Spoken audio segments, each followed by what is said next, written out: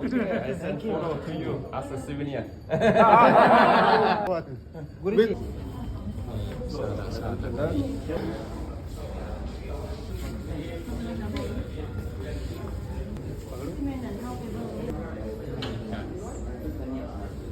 เครื่องสมัยโบราณ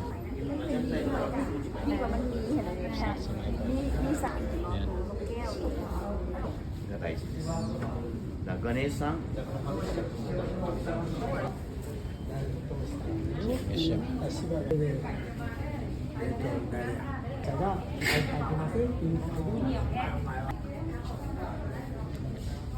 ส่วนที่นี้เกาหลีญี่ปุ่น One, two.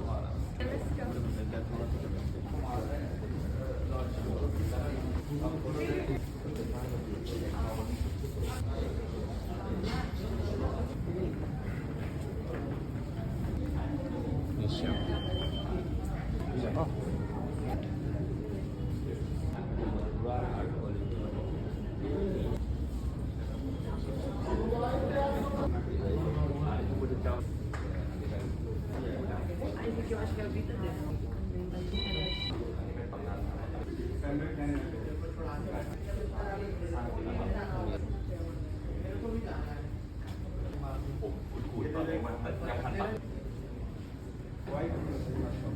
นี่คือจะเป็นพระพุทธรูปแต่ละปางเนาะในลายยกลายสมัยเขาเจ้าก็จะเก็บมารวบรวมไว้อยู่ในมิวเซียมนี่หมดก็มีญาติโยมเนาะเดินทางมาจากหลายที่นี่ก็องค์นี้จะเป็นปางปฐมเทศนาที่สมบูรณ์ที่สุด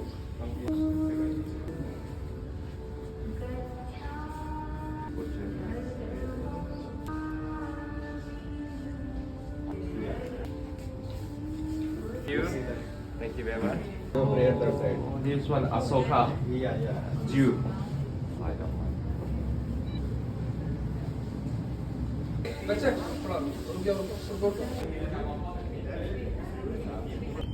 นี่สาวสิงสีโตอันนี้ธรรมราชิกสถุสถานที่โพธิบัปปะปัทยามหานามอัสสสิอยู่นี่เนาะหลังจากที่โพธิ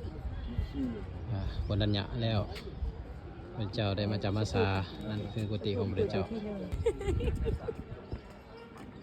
ไม่ได้ตุ้มค่ะอะไรไทยไหนก็ได้ขอได้ไทย ญาติโยมเดินทางมาแสวงบุญ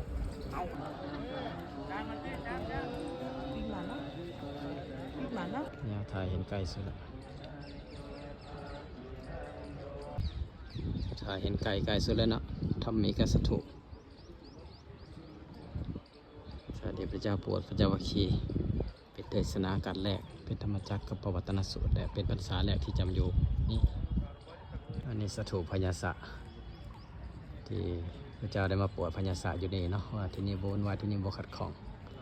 ท่านจงมาเราจะเทศนาธรรมอยู่หมองนี้นี่ทำมีกษัตริย์สถานที่แสดงธรรมจักรเป็นครั้งแรกโปรดพระเจ้าวัคคีทั้งหานี่คือชาวพุทธที่เดินทางมาจากพม่าจากลาวศรีลังกาพระฝ่ามาญาติโยมพม่านี่ก็สถูปนี่ชาวพุทธมาจากลาวศรีลังกาข้างหลังเป็นกุฏิพระพุทธเจ้า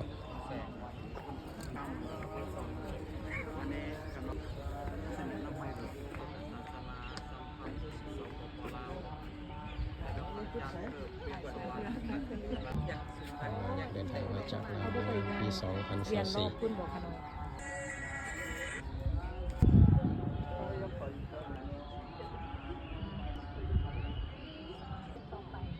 ยิ่งยังเดียวแม่บอกกล้องหนาหน้าแม่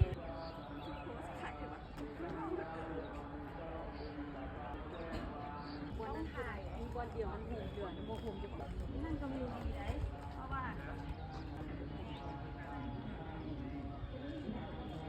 ฝั่งนี้จะเป็นกุฏิของพระพุทธเจ้าที่จำพรรษาครั้งแรกนี่จะเป็นธรรมิกสถูปสถานที่แสดงพระธรรมจักรกับปวัตตนสูตรเป็นครั้งแรก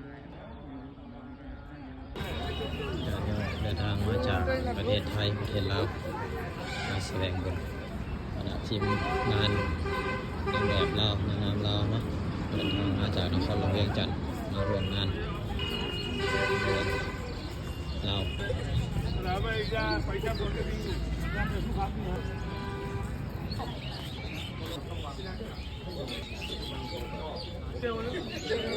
ไทยในทางในจะเป็นเดินที่กว้างใหญ่ทำให้กระสะทุก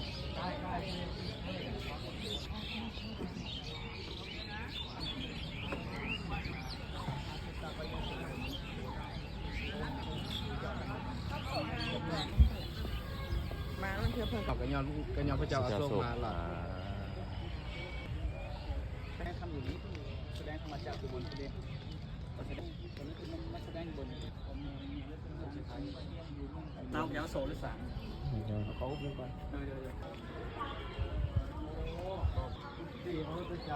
เป็นกุฏิพระเจ้าคือประจำพรรษาครั้งแรกนั่นเดี๋ยวมาจากลาวศรีลังกาอินเดียนี่เสาพระเจ้าโศกมหาราชนี่สาพุทธศรีลังกามาโดยครูบาอาจารย์บริเวณนี้จะเป็นกุฏิของพระเจ้านันทวราศิสถุ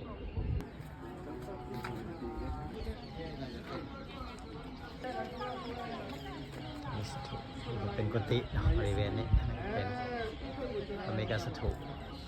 ทางในนี่คือกุฏิของพระเจ้าที่จำพรรษาครั้งแรกหลังจากทัศหูแล้วนี่ญาติโยมจากพม่าบางคนหลายๆจะเป็นยศสถุที่พระเจ้าโปรดยศได้บรรลุธรรมเป็นพระอรหันต์